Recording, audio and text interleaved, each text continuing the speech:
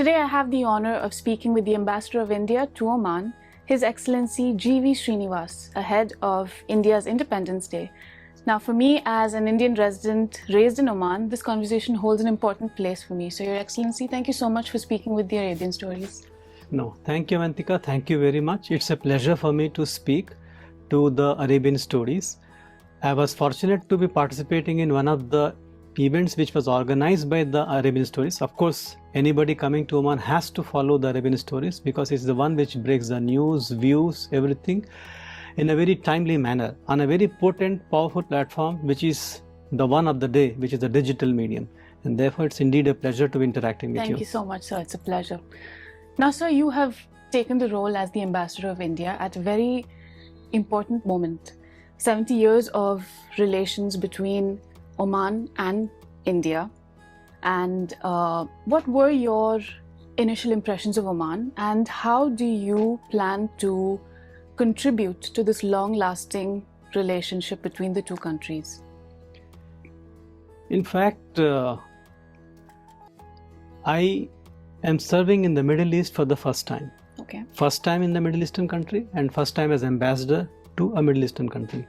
So it was a pleasure to be appointed to Oman as the ambassador of India. We began studying about Oman. Of course, I was in Senegal before I came here. And in Senegal, I had a great friend, the ambassador of Oman. So I did used to speak to him, interact with him, and see on the map, it's a big space just next to India with only waters separating us or connecting us, if you put it that way. Yes. 70 years is what you refer to as the diplomatic relations, formal ones, which we have had, and we are celebrating that as the year passes by.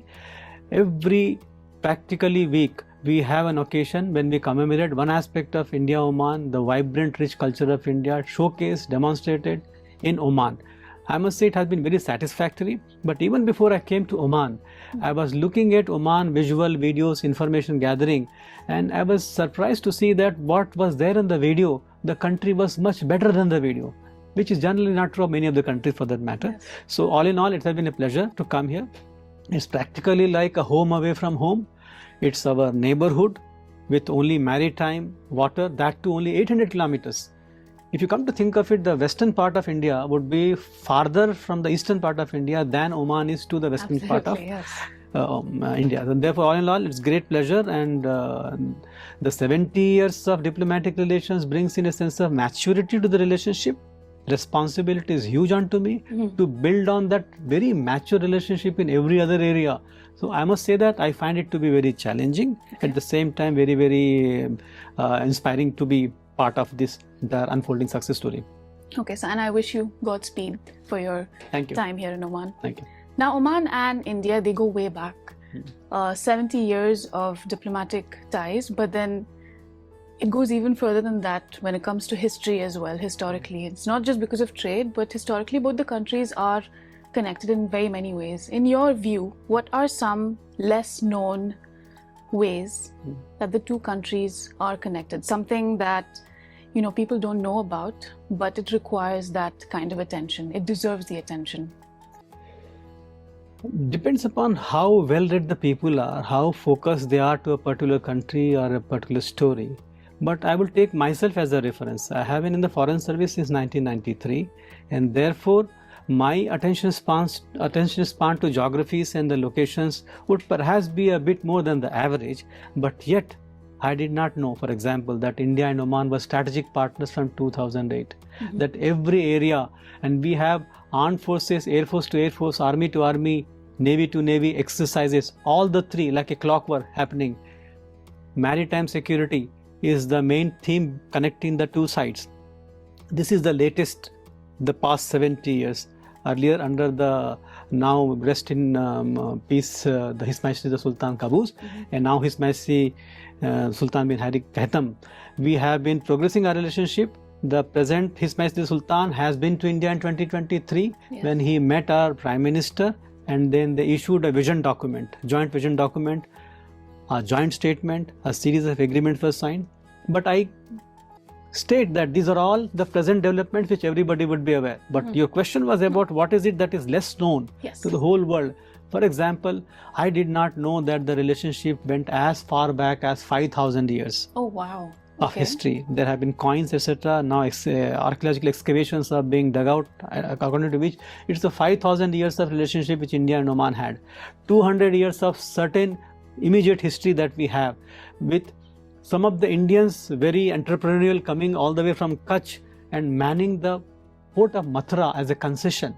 That time the rulers had given to a businessman from India to run the entire concession of Mathura port. Well, that's lovely. I had no This is also not idea, known to yes. us. Of course, there are some lesser known parts of the history which is yet to be confirmed and vindicated, but they say that there have been some ways in which Indian entrepreneurs have also contributed to the evolution of Oman as a nation, as we know it today, as one with the entire long span of the long stretch of the maritime boundary and a huge hinterland, etc. It need not, just like India used to be multiple small pieces before it became independent, like what we know as today. Yeah. Of course, there have been histories where India was also a large piece of commonly ruled kind of empire, but mostly it used to be small. Similarly here, I think the history has been such, but it came into being like a country as we know. And there has been some contribution from the Indian side also, but let me not steal the thunder there. There are people who are working almost like a Bollywood story behind that. It can go to that extent, but if it happens. But the last but not the least, what waters were really navigated in the past is going to be now relived this year. We are already building, this is a work in progress. There is a stitch ship, the kind of ships which used to be built 1500 years ago, is being once again remade, and that will ply once again from Mandvi in Kutch to Muscat in Oman. That's awesome. To relive that history, and let's see if that happens. Sometimes this year it will happen.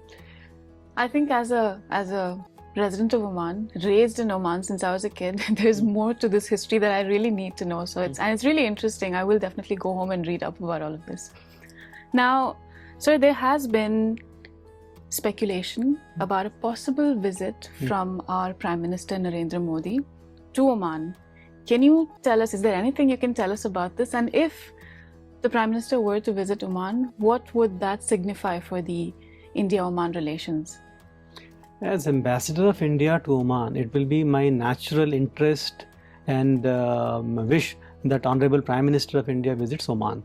And more than that, please remember that I already mentioned to you 2023 December, His Majesty the Sultan had visited India. Yes. So it is the turn of our Prime Minister to come and visit Oman. I hope it happens early, but I would not have the details of exactly when or it will happen. Okay.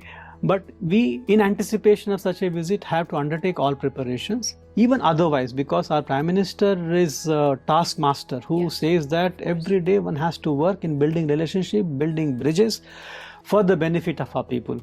In that context, picking up a clue on what happened during the visit of the Majesty to India and the joint vision document, which essentially connects the Vision 2040 of Oman and the India's ambition of developed nation status by 2047, building on the strength of India and what is required in Oman, and vice versa, the strength of Oman, what India requires.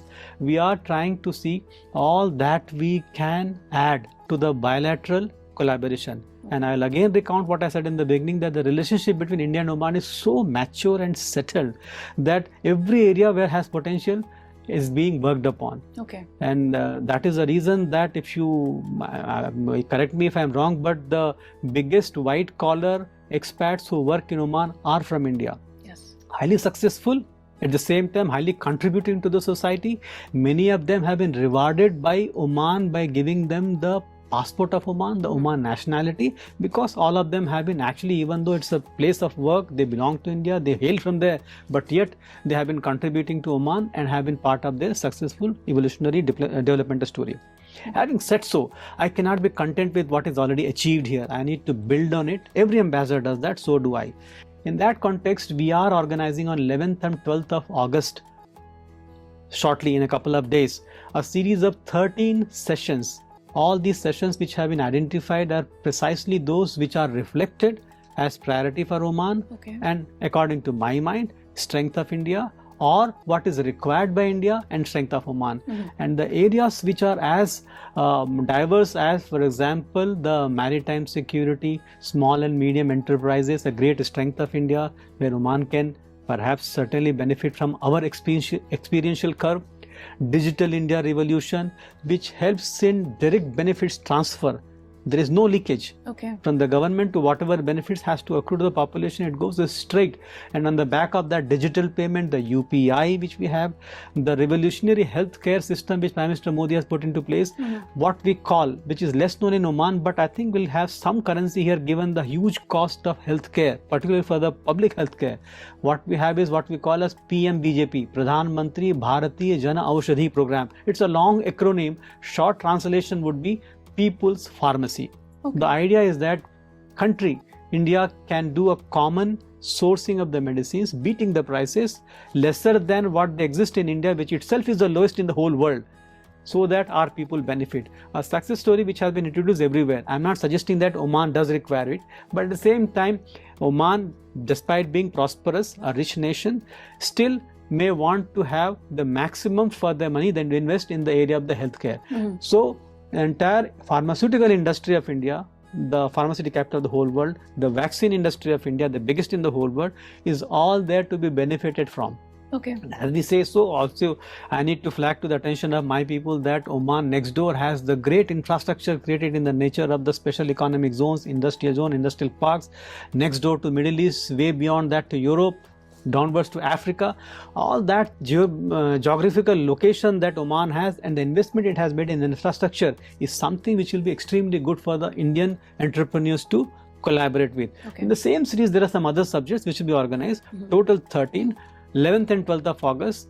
Just like the Arabian Stories, this is also all virtual, track 1.5, because I am a firm believer that what two governments speak and discuss should not remain between the two governments or in their files and in the closed door. They should actually go to the people who work. And that is what has made me roll out this in a track 1.5. Track 1.5 is physiology, which essentially means that not only the government but also the private sector, entrepreneurs, think tanks, students, everybody comes in, listens to the opportunities. And it is not that time they come, they waste a lot of time. It's only half an hour, 25 minutes sharp session. Why? Because everything that is there on that subject available in the open sources has been collated and put as information folder against every session. So people can come, read, and having been informed, the only discussion that will happen during this 25-minute short segment will be, what is the way forward? If there is a way forward, why is it now that I'm plunging into that direction? What are the obstacles? What is it that I can do? This is the conversation which if I build, it will feed into the conversation between our government into the leaders. That is how the entire Team India and Team Oman can collaborate in making sure that we move further high up in the higher orbits and the relationship grows beyond the strategic partner which we have. So you've actually answered my next question. I was about to ask about the healthcare. Even Oman is investing heavily in healthcare and education, even through, whether it's through student exchange programs or hospital tie-ups as well. Can you tell us exactly how the embassy, what role the embassy plays in making these connections possible? One, as I just mentioned to you about, we try to create as many platforms as possible when these ideas are fleshed out and considered and taken forward. Second, every success there will be also challenges and problems, so we need to handhold and resolve them. You spoke of the healthcare area. Obviously, I'm speaking about, I'm amazed, and so would be Oman for that matter, that how is it that Oman is not necessarily benefiting as much as it could. Of course, it is benefiting from the great healthcare providers from India, be it doctors or the nurses. All the hospitals, I think, are also mostly run by the Indians here. So all that benefit is there. But I'm also talking of the directly made in India medicines and pharmaceuticals and vaccines coming.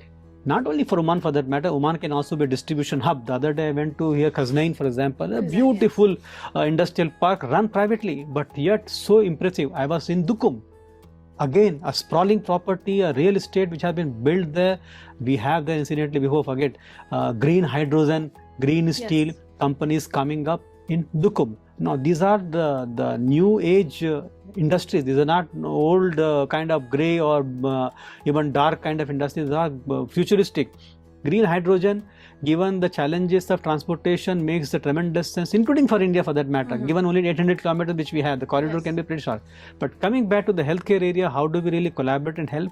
The manpower movement has to be more streamlined, predictable, and systematic, Okay. so that both sides know what is to anticipate. So that exercise we do have, we work very closely with the Ministry of Manpower, thanks to them, and it works very well in the area of the healthcare sector. Okay. And the same story is in fact for other areas also. That is what comes to my mind in respect of how the embassies work. Not to forget about the visas.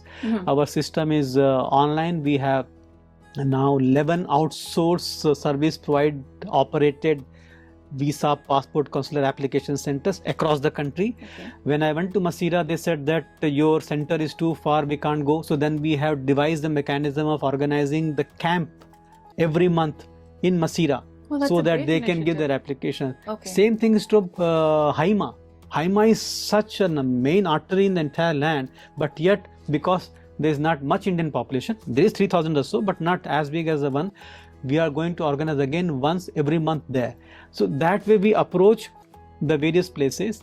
If I make it easy for my Indian community members, I am contributing on the relationship, because they are the ones who are the real ambassadors connecting the two sides. Absolutely. So that's another story which I can say. Passport, visas, consular affairs, etc., whatever we can facilitate, they don't have to come multiple times to the embassy. In fact, my motto is that if somebody need not come to the embassy, he better need not. He can spend that time focusing on whatever work, whatever skills he is deploying, whatever services he is providing, the entrepreneurial energy that he has to dedicate to, all that he can do. He need not waste his time unnecessarily coming here. Absolutely. We also use the online platform for receiving questions, complaints, queries, including in the trade, economic, culture, educational, all the areas.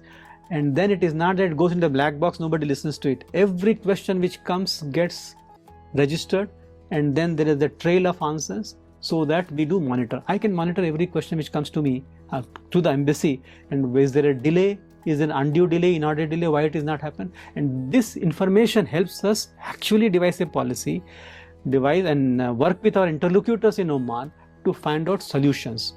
So that's the way we try to support all of them. That's lovely, that's lovely. Now sir, there has been some talk of a possible free trade agreement between the two countries, India and Oman. Can you tell us at what stage of discussions this is in, and in your view, if there was a free trade agreement that was signed, which sectors do you think would benefit the most out of this? See, the second part of the question first, that which areas will benefit. You may be aware that these days we no longer talk of free trade agreement. Yeah. What we speak of is a CEPA, Comprehensive Economic Partnership Agreement. The very comprehensive, and the second word economic, essentially means it is way beyond a simple pure trade. It practically covers each and every area of economic engagement between the two sides. It includes, for example, the investment, manpower movement, skilled, education. Of course, trade and tariffs are there, the mainstay of the argument, and the mutual adjustment so that both sides benefit. That of course is there. But on top of it also the mining, resources, special economic zones. So I would say that I would not be pointing out to one or two areas. Essentially every area which holds potential has been underlined and emphasized as we negotiated this comprehensive economic partnership agreement. Okay. I did not mention about digital, right? Digital, of course, another services area. Yes. And that's another prime area, and accounting. And as you know, just other day I was there in what they call as an Institute of Chartered Accountants of India, a 500 strong grouping here. Of course, 1.5 million in the whole world, but in Oman there are 500 of them. Okay. They're all providing the services. Why I'm mentioning that? The services also is the trade which happens between India and Oman. All of them will be covered. As to the outlook of its implementation, I am keeping my fingers crossed. I am very hopeful, but let me not unnecessarily prematurely guess or judge of the timeline. But we are hoping that it will be concluded as early as possible. Okay. Sir, as you know, Oman is investing heavily in, logistics and industrial zones, and India as well is increasing its Gulf outreach. In your view, what opportunities does this present for Indian businessmen, especially SMEs, that want to establish a regional presence in the Middle East via Oman? I think I already before your question was covering that ground by saying that India has to look at Oman for multiple reasons. It's an oasis of peace. In otherwise troubled world, generally speaking, and it is next door to India, just 800 kilometers away from India. Yes. There is a history of collaboration, bonhomie, friendship, mutual appreciation, mutual love and respect. I remember Amitabh Bachchan used to be one of the famous actors here. Apparently, the first day the new movie will be released here, everybody would be queuing up and practically tickets will be sold in black. Black means more at a premium. And in the present day world, every cultural tradition and trait of India is celebrated here. Onam, of course, has multiple editions of them happening because a single edition cannot accommodate the huge interest that this place has for those celebrations. It has already put in precedent. For example, Kerala, Tamil Nadu, and many of the states of India are already aware. But the idea is that can the rest of India, as you know, is huge, multiple other states, they are all looking at it here. Can they and the entrepreneurs from there look at Oman? I already spoke of the special economic zones and industrial parks and the beautiful infrastructure that you create. Here, what I have seen is that they create the larger artery, the road, the power, the water first before they start inviting the companies from across. That itself is a major assurance to any company wanting to reside for packaging, like a warehousing and distributing across. All those things I have seen myself in action. Companies are already working. The things as simple and as unintuitive like paper archival management is done by an Indian company. And again from Khaznain, for example. And what is the idea? The idea that you don't have to keep your papers with yourself. I am a better man. I keep it air conditioned so that the papers don't get spoiled. I retrieve it for you as you want. So the entire value chain and then the logistics hub which Oman is providing is at the top of the line. And we will certainly benefit. And SMEs you mentioned, but let me underline here, the SMEs main strength which I see is for Oman to benefit from the India's experiential curve. Where even the smallest of the entrepreneur can benefit from the digital revolution that the country has. These days people don't even pay in cash, please remember. People find that why should I carry a cash or a card which is additional accessory if I can do everything with a mobile. And mobile payment, even a street coconut water vendor, he simply gives you coconut water, he does not even look at you for the payment. His QR code flashing on a pole on the street which immediately transfers the money. There is no longer a pretext for any buyer to say that, sorry, I don't have the cash, I'll come tomorrow, and never to come there. This is a story which used to happen in the past. But now, if you want something, you can easily make the payment. Everything is seamless. So with that kind of story of the SMEs of India, if there could be a synergy here, given that that's also a priority area for Oman, I think we can work together.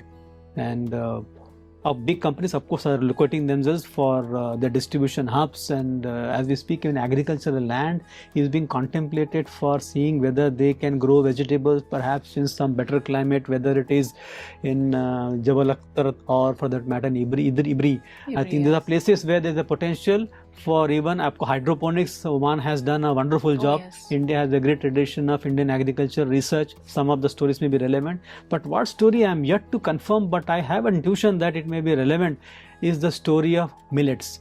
Given that water starved, but yet huge piece of land here, and millets, as you know, is the latest nutritious rich. So maybe some of those stories can be unfolding here, on top of course, the great location that Oman has in making India connected to the rest of the hub across, up and down both. Now, sir, you did mention digital transformation, which brings me to my final question of today. In a post-pandemic world, both countries, India and Oman, have emphasized on resilience and digital transformation as well. What are your predictions for future collaborations between the two countries? Of course, there is digital transformation, there's probably even green energy, but what else do you foresee? The areas, as I said, every new age economy would be grabbing the attention of Oman, which is not content with anything ordinary or sub-average. They want the best. So does India. Now, India's ambition of 2047 developed itself indicates that we want to be in every area which is having potential in future. That includes artificial intelligence. That includes cyber security, use of drones for agriculture. Maybe it is for pollination, or for that matter, even the delivery of the pesticides or fertilizers. Delivery of these products in the remote parts, whether it's medicines or vaccines.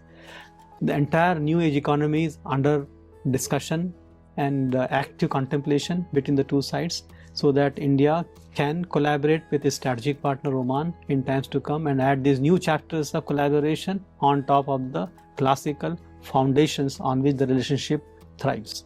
Yes. Okay. Sir, thank you so much for speaking with the Arabian Stories. It was a pleasure speaking with you. I thank you for your time. No, thank you very much. It's indeed a pleasure to be speaking to you on an auspicious occasion when India is celebrating its Independence Day, comes this 15th of August. Yes. And I'm particularly happy that the Arabian Stories decided to do this interview in that context. And I wish this collaboration continues and thrives in times to come. Absolutely. Thank you very much. Will do.